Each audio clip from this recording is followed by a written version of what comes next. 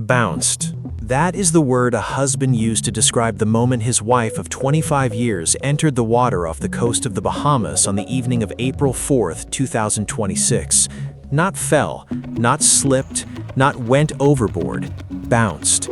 This is not a story about rough seas. It is not a story about a boating accident or an act of nature. It is a story about a marriage and what was documented inside that marriage for years before anyone was looking. 3 months before Lynette Hooker disappeared, she told her daughter that her husband had threatened to throw her overboard. 3 months later, she was in the water. Her body has not been found. Before we go any further, this case contains documented accounts of domestic violence and an alleged incident at sea. Some of what you are about to hear may be difficult. Viewer discretion is advised. If you follow Fatal Files, you already know that cases like this do not begin on the water. They begin years earlier, in private, away from cameras. Subscribe now so we can keep telling these stories with the detail they deserve. Hit the bell so you never miss an update.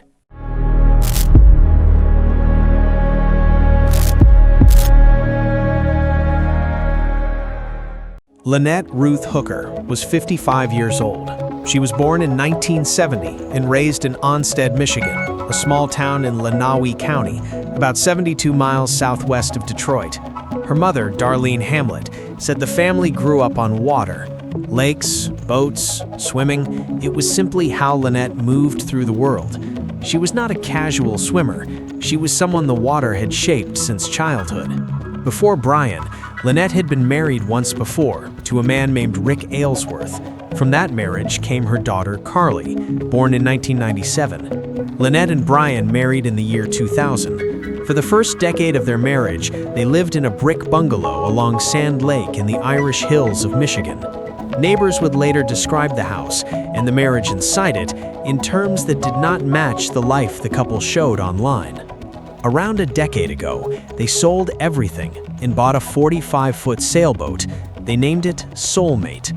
They built a social media brand called The Sailing Hookers and documented their life at sea across YouTube, Instagram, TikTok, and Facebook. To their audience, it looked like freedom: sea turtles in clear Caribbean water, sunsets over the Abacos, two people who had walked away from ordinary life and never looked back. One of their earliest sailing videos showed Lynette on the deck of the docked Soulmate, smiling into the camera, announcing they were finally leaving Kemah, Texas, after a 4-month delay. She was enthusiastic, present, full of life. The last video they posted together before April 4, 2026, showed the couple joking about getting sick of each other. That detail now sits in a very different context. On April 4th, Lynette posted to Instagram. The caption read, "Not going anywhere for a while." She had no idea. 2 women would spend the weeks that followed demanding answers. Lynette's daughter, Carly Aylesworth, 28, who flew immediately to the Bahamas and hired an attorney within days. And Lynette's mother, Darlene Hamlet, 76, who was in Florida, scrambling for an emergency passport, waiting for a phone call that has not come. What happened on April 4th, 2026 did not come from nowhere. It came from a documented history, one that the legal system touched, stepped back from, and left unresolved for more than 2 decades. The first record dates to 2005. Brian Hooker faced child abuse charges in Michigan. A forensic police report noted physical marks on a child consistent with the described incident.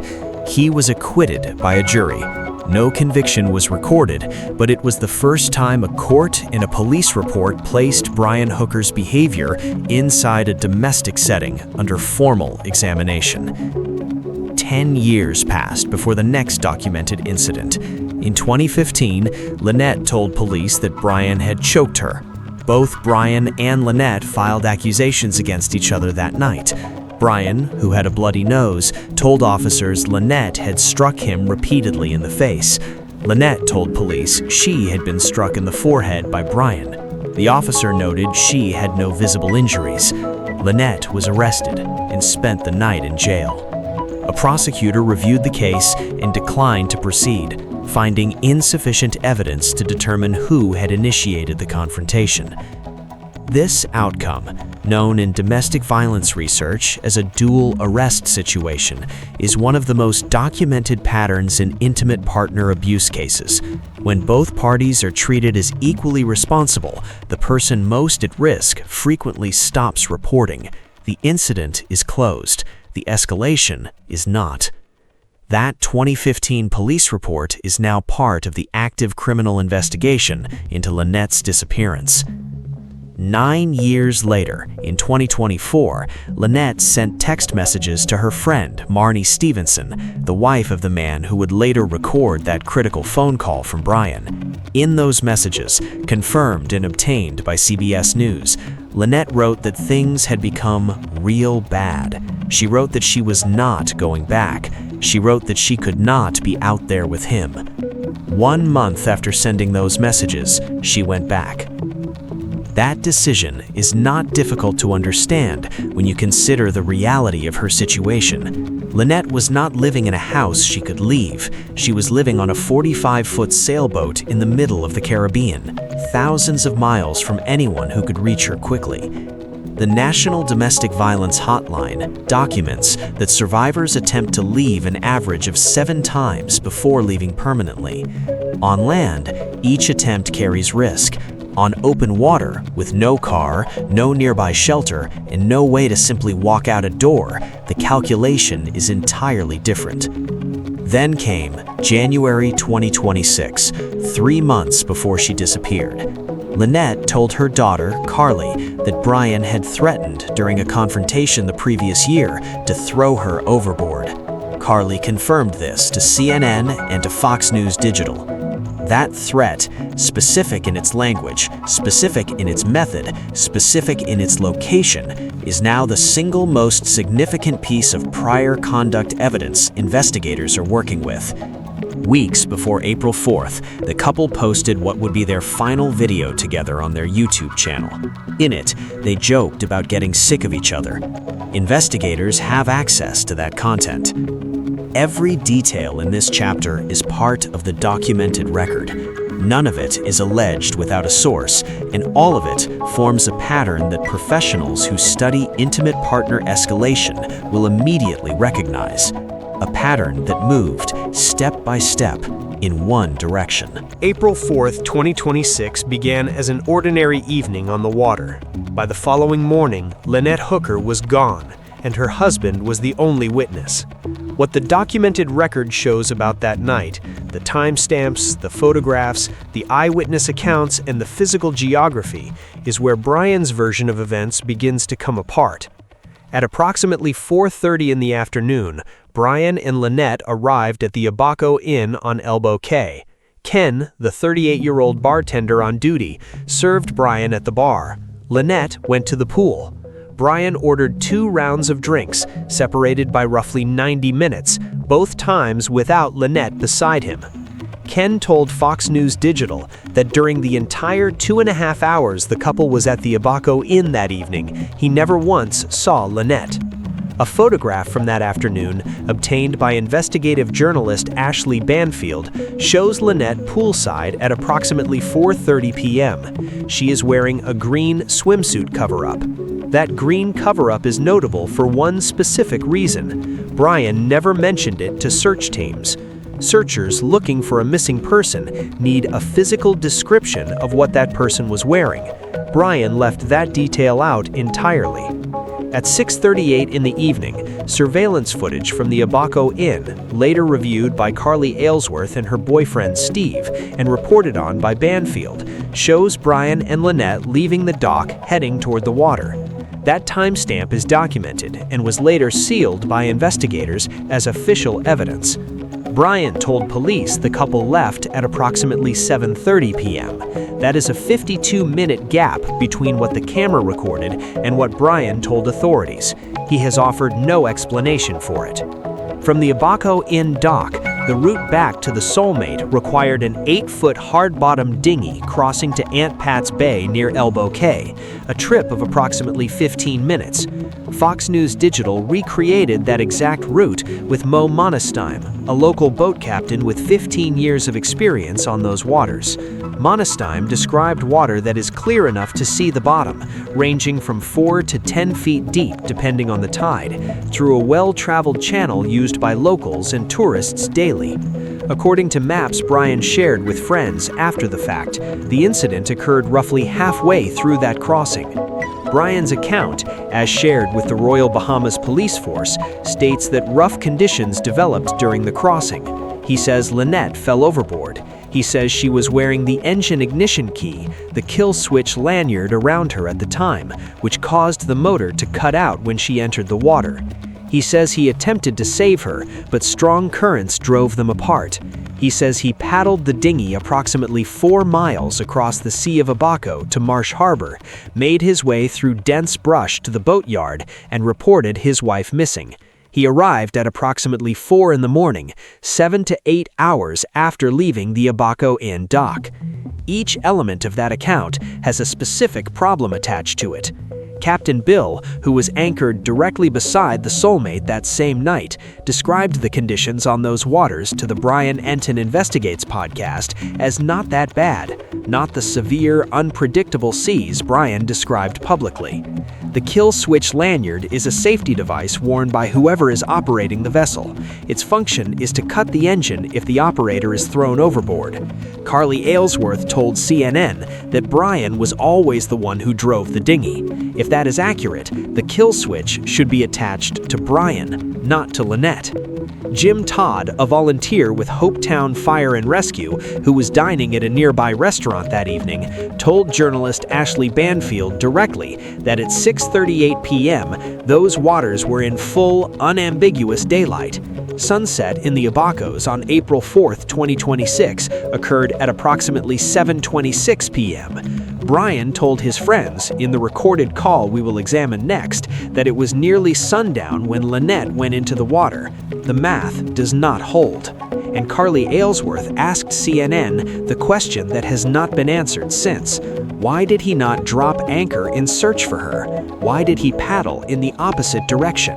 3 days after Lynette disappeared, and 1 day before he was taken into custody, Brian Hooker picked up his phone and called 2 people he trusted.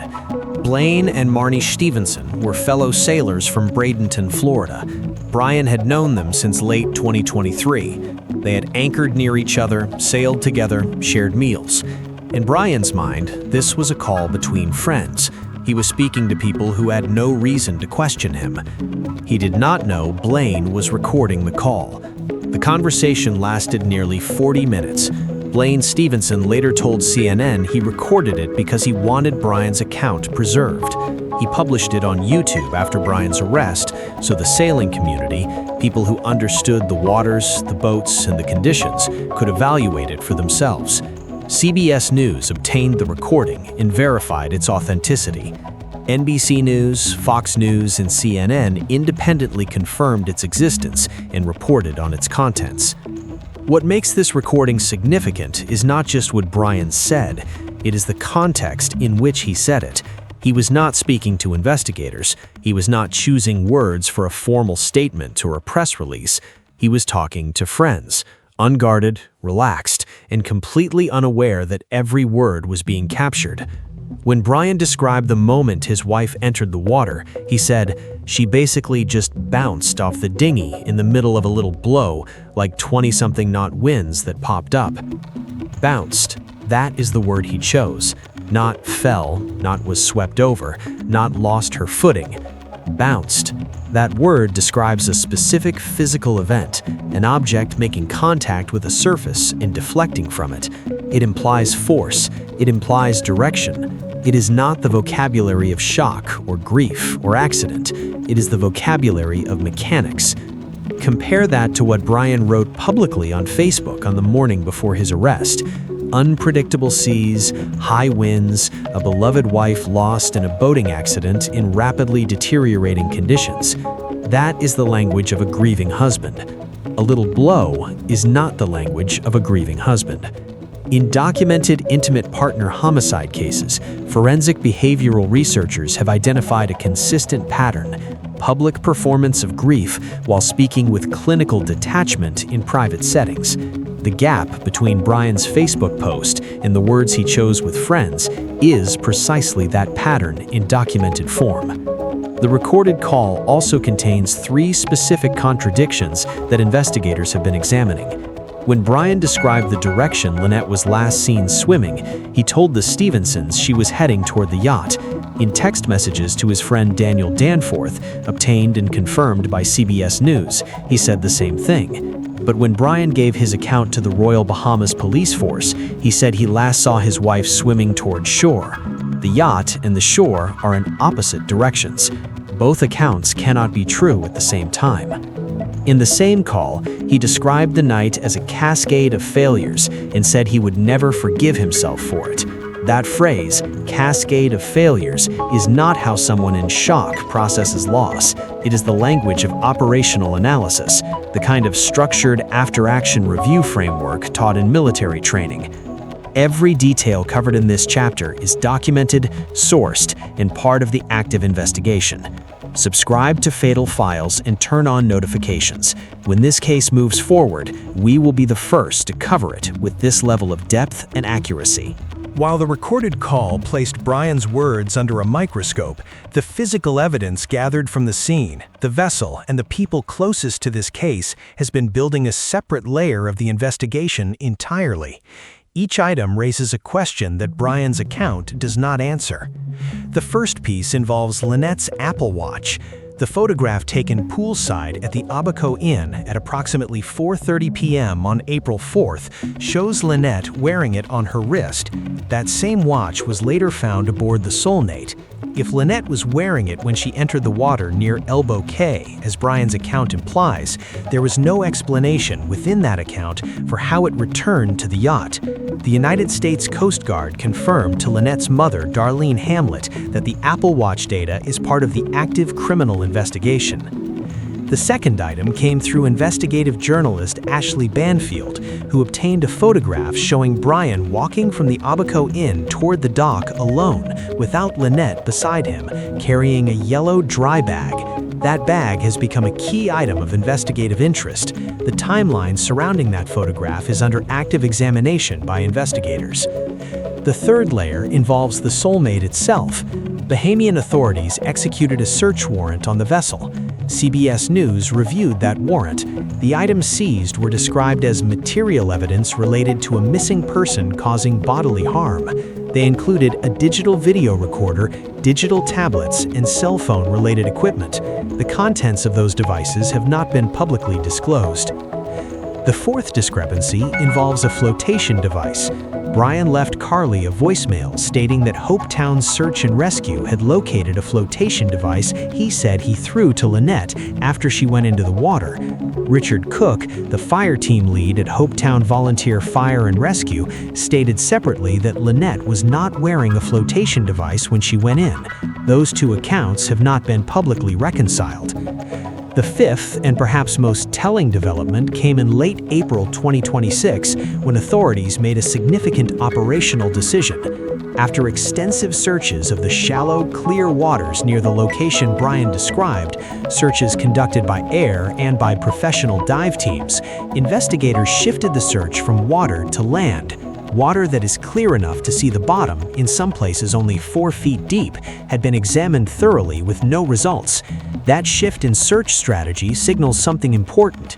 Investigators may no longer believe that Lynette entered the water at the location Brian described. 4 days after Lynette Hooker was reported missing, the Royal Bahamas Police Force made its move. On April 8, 2026, Brian Hooker was taken into custody. RBPF Assistant Commissioner Edvardo Dames confirmed to Reuters that the arrest was based on probable cause. Brian was transported first to Nassau, then moved to the Grand Bahama Police Station in Freeport.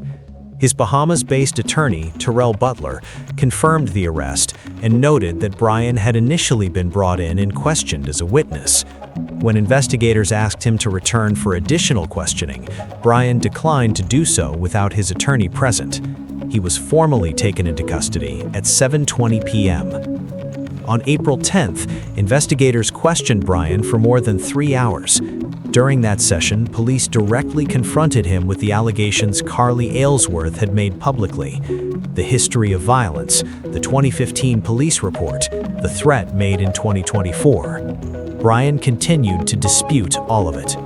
Investigators requested and received a 72-hour extension to continue holding him. On April 13th, Brian was released without charges. The RBPF stated the decision was made in consultation with the Department of Public Prosecutions, which recommended that no charges be filed at that time. Butler told reporters it was unfortunate that investigators had to exhaust the entire permitted investigative period before reaching that conclusion. RBPF Commissioner Shanta Knowles was direct in her statement following the release. Brian Hooker remains a named suspect. He can be rearrested. The investigation is active and ongoing. The parallel criminal investigation conducted by the United States Coast Guard also remains open. That investigation is separate from the Bahamian proceedings and operates under its own jurisdiction and evidentiary framework. Butler addressed the central legal challenge publicly. She stated that so far there is no evidence that Lynette is dead, and that proving death is an important element that prosecutors would need to establish in any murder charge. That is accurate as a legal matter. The absence of a body raises the evidentiary bar, but it does not prevent prosecution. In both Bahamian law and under United States federal jurisdiction, charges of murder have been successfully pursued and secured in cases where a body was never recovered. Following his release, Brian left the Bahamas. His team cited his mother's illness as the reason for his departure. He returned to the United States and retained a Michigan-based attorney, Crystal Marie Hauser, who gave interviews asking the public to treat Brian the way they would want to be treated in his position. Shortly after his departure, investigators officially sealed the surveillance footage from the Abaco Inn, the recording that captured the 6:38 p.m. departure time that contradicts his statement to police. That footage is now in official evidentiary custody and cannot be publicly released. Here is what the documented record holds as of today. There is a 52-minute gap between what surveillance captured and what Brian told police. The Abaco Inn footage is sealed. Lynette's Apple Watch was found on the yacht with no explanation. Brian gave 3 different accounts of which direction his wife was last seen swimming. The kill switch lanyard was on the wrong person. The land search replaced the water search after dive teams found nothing. Electronic devices seized from the soulmate remain in investigative custody. Both the Royal Bahamas Police Force and the United States Coast Guard have active, open criminal investigations. Brian Hooker has not been charged with any crime. He denies all wrongdoing. Every individual referenced in this case is presumed innocent unless formally charged and convicted in a court of law. But the documented record also holds this: a police report from 2015, text messages from 2024, a specific threat made in January of 2026, and a disappearance on April 4th of that same year. Researchers and advocates who work in intimate partner violence will recognize that sequence. It is a pattern of escalation that moves in one direction. Lynette told people what was happening.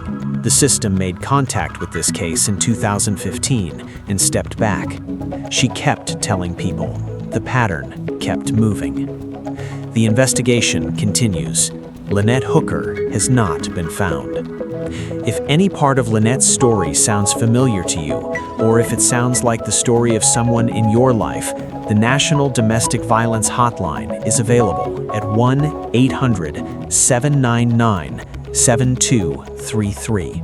And if you believe cases like this one deserve this level of attention, this level of accuracy, and this level of accountability, subscribe to Fatal Files. We do not just cover what happened, we cover why it keeps happening. We follow every thread. We do not stop until there is an answer.